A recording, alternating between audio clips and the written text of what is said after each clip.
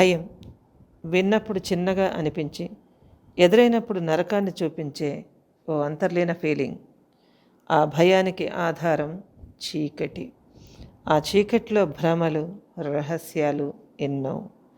ఆ భ్రమలు నిజాలుగా మారితే ఆ జీవితం ఓ పీడకలగా మిగిలిపోతుంది. అలాంటి అనుభవాలు ఎన్నెన్నో. రావులపాలెంలో ఉంటారు. ఉండేవండి. మీ అందరి సహాయ సహకారాలతో ముందుకు దూసుకువెళ్తున్నటువంటి మన ఛానల్ని మరింతగా ఆదరించి మీ సబ్స్క్రిప్షన్స్ రూపంలోనూ మీ లైక్స్ రూపంలోనూ తెలియజేస్తారని, మన ఛానల్తో కలిసి నడుస్తారని మనస్ఫూర్తిగా కోరుకుంటున్నాను. ఇంకా మీ అందరూ బాగుండాలని, ఇంకా బాగుండాలని కోరుకుంటూ ఈ సిటీవీ హారర్ స్టోరీస్ కార్యక్రమాన్ని కూడా విజయవంతంగా వ్యూవర్షిప్ పెంచి, సబ్స్క్రిప్షన్స్ పెంచి మీరు ముందుకు తీసుకువెళ్తారని ఆశిస్తున్నాను. మీరు ఇచ్చే ప్రతి ఒక్క లైక్ నాకెంతో బూస్టప్గా పనిచేస్తుంది. కాబట్టి ఫ్రెండ్స్, తప్పకుండా ఒక లైక్ చేయండి, అట్లాగే వ్యూవర్షిప్ని కూడా పెంచండి. ఇప్పుడు నేను చెప్పబోతున్న ఈ కథలాంటి భయానక సంఘటన.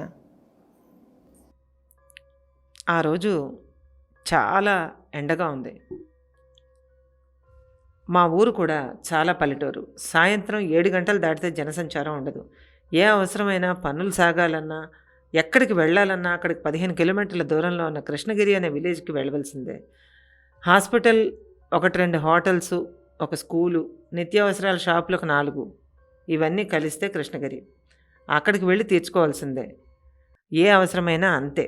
మాది వ్యవసాయ కుటుంబం. మా నాన్నగారు, మా 2 అన్నయ్యలు కలిసి వ్యవసాయాన్ని, గ్రామంలో రైతులకు అవసరమైన పురుగు మందులు వంటివి తీసుకువచ్చి అమ్ముతూ ఉండడం మాకు అలవాటు. నేను బీటెక్ సెకండ్ ఇయర్ చదువుతున్నాను. సెలవులప్పుడు మా ఇంటికి రావడం, అందరితో సరదాగా 4 రోజులు కాలక్షేపం చేయటం, తిరిగి వైజాగ్ వెళ్ళిపోవడం, ఇవి నాకు ఎప్పుడూ అలవాటైన పనులు. ఎప్పట్లాగే మాకు 3 రోజులు వరుస సెలవులు రావడంతో వైజాగ్ నుంచి బైక్ మీద మా ఊరు బయలుదేరాను. మా అన్నయ్యల కోసమని నాకు అలవాటైన హోటల్లో బ్రహ్మాండంగా దగ్గరుండి చికెన్ బిర్యానీ పార్సల్ కట్టించి తీసుకొని వస్తున్నాను. హాస్టల్లో స్టార్ట్ అవ్వడమే లేట్ అయిపోయింది. అయినా మనూరే కదా అనుకొని బయలుదేరిపోయాను. వైజాగ్ నుంచి మా ఊరు 35 కిలోమీటర్లే. పైగా అలవాటైన రోడ్డు. నేను వేసుకున్న జర్కిన్ చలిని బాగానే ఆపుతుంది. టైం రాత్రి 8:30 అయ్యింది. అప్పుడు బయలుదేరాను. సాధారణంగా అయితే ఆ టైంలో బయలుదేరితే మా ఇంట్లో వాళ్ళు కూడా ఒప్పుకోరు. కానీ నేను సర్ప్రైజ్ చేయాలన్న ఉద్దేశంతో ఎవ్వరికీ ఆ రోజు వస్తానని మాత్రం చెప్పలేదు. నేను బయలుదేరే ముందు మనసు మార్చుకొని నేను వస్తున్నానని, అలాగే చికెన్ బిర్యానీ తెస్తానని, ఎవరు తినకుండా ఎదురు చూడమని కూడా మా వాళ్ళకి చెప్పడంతో ఫ్యామిలీ అంతా కలిసి తిందామని ఇంటి దగ్గర ఎదురు చూస్తున్నారు. 35 కిలోమీటర్లు ఎంతలో వెళ్ళాలి? ఈలోగా దగ్గరలో ఇంకేదో విలేజ్ క్రాస్ అయ్యింది కూడా. నా బైక్ ఇంకేముంది, 10 నిమిషాల్లో వెళ్ళిపోతాం. నెమ్మదిగా నాకు ఇష్టమైన సాంగ్ని హమ్ చేసుకుంటూ ముందుకు వెళ్తున్నాను. గరగర శబ్దం చేస్తూ సడన్గా ఆగిపోయింది బైక్. ఎన్నిసార్లు స్టార్ట్ చేసినా అవ్వడం లేదు. కండిషన్లో ఉన్న బండి, దీనికేమైంది? దీన్ని ఇప్పుడు తీసుకెళ్ళాలంటే చాలా కష్టం. అలాగని చెప్పి తోసుకెళ్ళాలంటే నాకు ఓపిక లేదు. అక్కడ సడన్గా విసుగొచ్చేసింది నాకు. చుట్టూ చూశాను. దూరంగా లెఫ్ట్ సైడ్ ఏదో మండుతున్నట్టుగా కనిపిస్తుంది. అసలు నేను ఎక్కడికి వచ్చాను? చుట్టూ చూశాను. సరిగ్గా ఊరి శ్మశానానికి దగ్గరగా చేరుకున్నాను. ఆ రోజు ఎవరో గ్రామంలో మరణించి ఉంటారు. చిరాగ్గా అనిపించింది. అన్నీ ఇప్పుడే రావాలా? నాకు అసలు దెయ్యాలంటే అస్సలు నమ్మకం లేదు, భయం లేదు. ఆలోచిస్తూ బండి మీదే కూర్చొని ఉన్నాను. ఈలోగా బిర్యానీ కవరు ఎవరో కదుపుతూ ఉన్నట్టుగా అనిపించింది. ఆ పాలిథీన్ కవర్ పటపటపట సౌండ్ వస్తుంది. ఇవన్నీ చూసి నాకు కూడా మెదడు చెడిపోయినట్టుంది. లేకపోతే ఇవన్నీ ఏంటి? అసలు గాలే లేకపోతే బిర్యానీ కవర్ ఎలా కదులుతుంది, చప్పుడు ఎలా అవుతుంది? ఇక లాభం లేదనుకుంటూ మళ్ళీ గట్టిగా కిక్ కొట్టాను. స్టార్ట్ అయ్యింది. Thank God. గట్టిగా నడిపానంటే 10 నిమిషాల్లో వెళ్ళిపోతాను. ఆలోచిస్తూ బైక్ని నెమ్మదిగా పోనివసాగాను. క్రమంగా నా పేరు పెట్టి ఎవరో దీపక్ అని పిలుస్తున్నట్టుగా వినిపించింది. వెనక్కి తిరిగి చూశాను. ఎవ్వరూ లేరు. నాకు కాస్త భయం అనిపించింది. అసలు నా పేరు పెట్టి పిలుస్తున్నారేంటి? అది కూడా నడి రోడ్లో. మళ్ళీ చిన్నగా చప్పుడు చేస్తూ బిర్యానీ కవర్ కదిలిపోసాగింది. ఇక లాభం లేదని లూజ్గా ఉన్న బిర్యానీ కవర్ టైట్గా ముడివేశాను. అనుకోకుండా రోడ్డు పక్కకు చూసిన నాకు జీవితంలో మొదటిసారి మైండ్ బ్లాంక్ అయింది. కృష్ణగిరి 7 కిలోమీటర్లు అని ఉంది. మైల్ రాయిని చూడగానే మైండ్ చెడిపోయింది. ఇదేంటి, ఎప్పుడో క్రాస్ అయ్యి వచ్చేసానుగా, ఇంకా 7 కిలోమీటర్లు ఉండడం ఏంటి? వాచ్ కేసు చూసుకున్నా, 8 అవ్వొస్తుంది. అర్రే అదేంటి, ఇందాకే 8:30 అయిందిగా, ఇప్పుడు 8 అవ్వడం ఏంటి? సెల్ ఫోన్ తీసి ఇంటికి కాల్ చేయాలనుకున్నాను. చూస్తే సిగ్నల్ లేదు, నో సిగ్నల్. లోపలే తిట్టుకుంటూ బిర్యానీ ప్యాకెట్ని తడిమాను. కనీసం అదైనా నిజమేనా, లేక అది కూడా భ్రాంతేనా? కవర్ కవర్గా అనిపించింది తెచ్చుకున్నానా, నిజంగా అందులో బిర్యానీ ఉందా అనుకున్నా. ఎప్పుడు లేనిది నాకిలా ఎందుకు అవుతుంది? ఒక్కసారిగా నాకు తలంతా దిమ్మెక్కిపోయింది. మరి ఇందాక శ్మశానం చూశానే, నేను అసలు దెయ్యాలనే నమ్మను, అందుకనే అవి నన్ను టార్గెట్ చేసాయి ఏంటి అనుకున్నాను. మళ్ళీ బండిని ఒకసారి చూసుకుని కిక్ కొట్టాను. మరింతసేపు నేను చేసిన జర్నీ మాట ఏంటి? అసలు ఎట్నుంచి వస్తున్నాను, ఎక్కడి నుంచి వస్తున్నాను, ఎంతసేపు తీస్తాను బండి? అక్కడ ఎవరైనా కనిపిస్తే బాగుండు అనుకున్నాను. ఎవ్వరూ లేరు.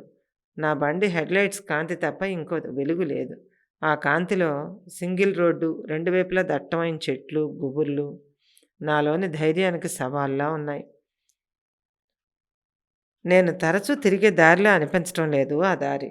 ఆ దారి వెంట, కనబడుతున్న దారి వెంట వెళ్ళడం తప్ప మరో మార్గం కూడా లేకపోవడంతో నాకు నేనే గుండె దిటవు చేసుకుని బండి స్టార్ట్ చేశాను. ఆ దారి ఎంతకీ తిరగడం లేదు. మళ్ళీ అదే పిలుపు వినిపించింది, దీపక్. ముందుకు వెళ్తూనే ఉన్నాను, ఎక్కడికి ఆగలేదు. 7 కిలోమీటర్లు ఎంతసేపు? కళ్ళు మూస్తరిస్తే వెళ్ళిపోతా. బైక్ వేగాన్ని ఎవరో అదుపు చేస్తున్నట్టు, నేను అనుకున్న స్పీడ్లో అది వెళ్ళటం లేదు. దాన్ని ఇంకా వెనక్కి ఎవరో పట్టి లాగుతున్నట్టుగా రాను రాను తగ్గిపోతోంది. ఇదెక్కడ గోల? విచిత్రమైన దెయ్యాల సినిమాలు చాలా చూశాను, కానీ ఎందులోనూ ఇలాంటిది లేదే. నా వెనక సీటు నెమ్మదిగా ఎవరో కూర్చున్నట్టుగా బరువెక్కింది. అసలు చూడకూడదు, ఒరే దీపక్, నీకెందుకురా, నువ్వు చూడకురా అనుకున్నాను. అయినా సరే నా కళ్ళు మిర్రర్ కేసి చూసాయి. అక్కడ ఆ మిర్రర్లో నా వెనక నీడలా ఏదో కనిపించింది. వెనక్కి తిరిగి చూసే ధైర్యం అయితే నాకు లేదు. కవర్లోంచి చికెన్ బిర్యానీ వాసన గుమాయించొస్తుంది. మనస్సు రాయి చేసుకుని బండి ఆపకుండా వెళ్ళిపోతున్నాను. వాతావరణం చల్లగా అనిపిస్తుంది. 7 కిలోమీటర్లు ఇంకా క్రాస్ అవ్వలేదా? ఇది 7 కిలోమీటర్లా, ఏమన్నా 70 కిలోమీటర్లా అనుకున్నాను. క్రమంగా నా మీద నేను అదుపు కోల్పోతున్నాను.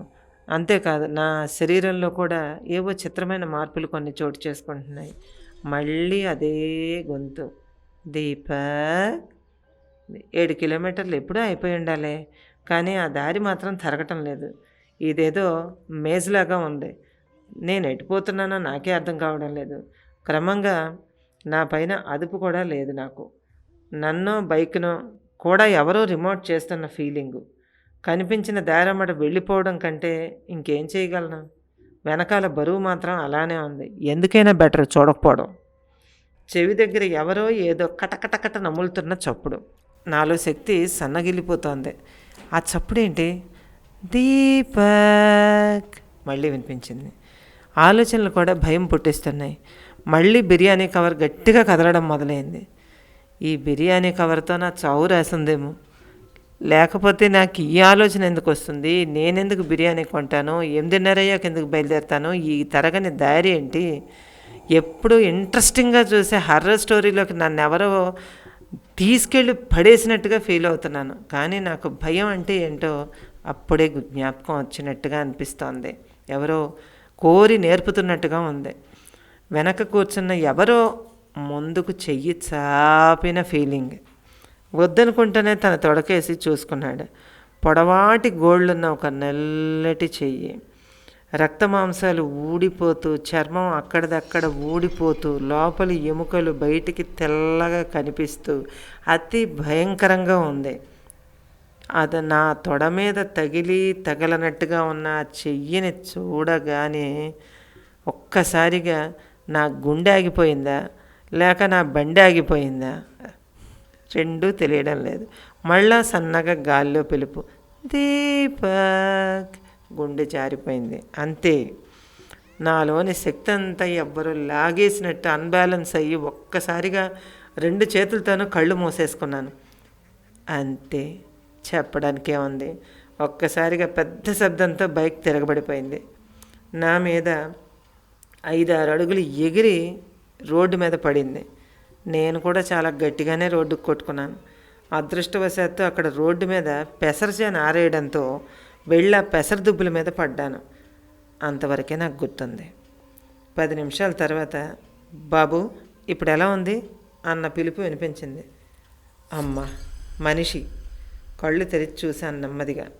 టార్చ్ లైట్ వెలుగులో ఎవ్వరో ఇద్దరు మధ్య వయస్కులు, బహుశా రైతులు కావచ్చు, అతన్ని తట్టి లేపుతున్నారు. లేచి కూర్చున్నాను. వాళ్ళేనా, మనుషులేనా? నేను ఎక్కడున్నాను? నెమ్మదిగా అన్నాను. పోలేరమ్మ గుడి దగ్గర పడున్నావు బాబు. ఎక్కడికి వెళ్తున్నావు? ఎవరబ్బా ఇవి అని అడిగాడు ఆయన. రాఘవయ్య గారు అబ్బాయినండి అన్నాను నెమ్మదిగా. అలాగా, చూసుకుని డ్రైవ్ చేయాలిగా బాబు. పెసర దుబ్బులో పడ్డావు గనక సరిపోయింది. పద, నేను ఇంటి దగ్గర దిగబడతాను అంటూ పడిపోయిన బైక్ను లేవదీసి బైక్ ఆయనే నడుపుతూ నన్ను సురక్షితంగా ఇంటికి చేర్చాడు ఆ పెద్ద ఆయన. అప్పటికే నా రాక కోసం ఎదురు చూస్తున్న కుటుంబ సభ్యులంతా ఆందోళనగా దగ్గరకు చేరారు. ఎలా ఉన్నావు నాన్న? తల్లి పలకరించింది. ఆమెకు నా మొహంలో ఏం కనిపించిందో. బాగానే ఉన్నానమ్మా అని బదులిచ్చాను. బెంకంగా ఉన్నాను, మగాణ్ణి కదా. అప్పుడు జరిగిందంతా వివరంగా చెప్పక తప్పలేదు. ఆ వచ్చిన పెద్ద ఆయన మొత్తం చెప్పాడు. అయ్యో, అంత యాక్సిడెంట్ అయిందా? మా అన్నయ్యలు టెన్షన్ పడ్డారు. పెద్దన్నయ్య వెళ్ళి బైక్కి కట్టి ఉన్న బిర్యానీ కవర్ తీసి పట్టుకొచ్చాడు. నోటి వెంట మాటలంటే మాటలు, ఒక్క మాట కూడా రాలేదు. అందులో అందులో అందులో బిర్యానీ లేదు సరికదా. ఎవరో పూర్తిగా తినేసి పడేసినట్టుగా, జుర్రేసినట్టుగా చిన్న చిన్న బోన్స్, వేస్టేజ్ మాత్రమే ఉంది. అది చూడగానే చెమటలు పట్టేసాయి నాకు. అంతే, దబ్బుమని కింద పడిపోయాను. తర్వాత అమ్మ చెప్పింది కదా, ఏదో చెడుగాలు అయి ఉంటుంది. వద్దన్నా వినకుండా అమావాస్య అనడు, అపరాత్రి అనడు, రాత్రి అనడు, తిరుగుతూనే ఉంటాడు అని తిట్టుకుంటూ నాకు దృష్టి తీసిందట. అయినా నాకు జ్వరం తగ్గలేదు. ఒళ్ళంతా పేలిపోతున్నటువంటి వేడి తీవ్రమైన జ్వరంతో వారం రోజులు లేస్తే ఒట్టు. మా గుడి పూజారి గారి చేత అప్పుడు మా అన్నయ్యలు, మా నాన్నగారు అవసరమైన కొన్ని పరిహారాలన్నీ చేయించాక నేను 15 రోజుల తర్వాత సాధారణ స్థితికి చేరుకున్నాను. మన ఛానల్ సబ్స్క్రైబర్ అయిన దీపక్ కుమార్ గారు ఆయన లైఫ్లో జరిగిన ఒక యథార్థ సంఘటనని మనతో షేర్ చేసుకున్నారండి. ఇటువంటి సంఘటనలు ఒకవేళ మనలో ఎవరికైనా కనుక ఎదురైతే ఏం చేసి ఉండేవాళ్ళము, ఎలా ఉంటుంది, అసలు మీకేమనిపించింది ఈ స్టోరీ విన్న తర్వాత అనేది తప్పకుండా మన కామెంట్ సెక్షన్లో తెలియజేస్తారని నేను ఎదురు చూస్తూ ఉంటాను. అలాగే మన ఛానల్ గ్రో అవ్వడానికి, ఇంకా ముందుకు వెళ్ళడానికి తప్పకుండా మీ సబ్స్క్రిప్షన్స్, లైక్స్ నాకు చాలా అవసరం అండి.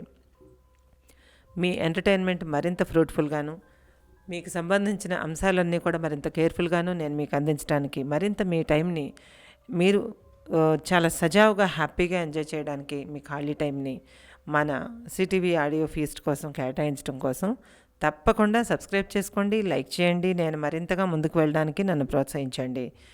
అట్లాగే మరొక మోస్ట్ టెరిఫైయింగ్ ఇన్సిడెంట్తో మళ్ళీ మీ ముందుకి హర్రర్ జర్నీలో వచ్చి పలకరిస్తాను. Until then, bye by.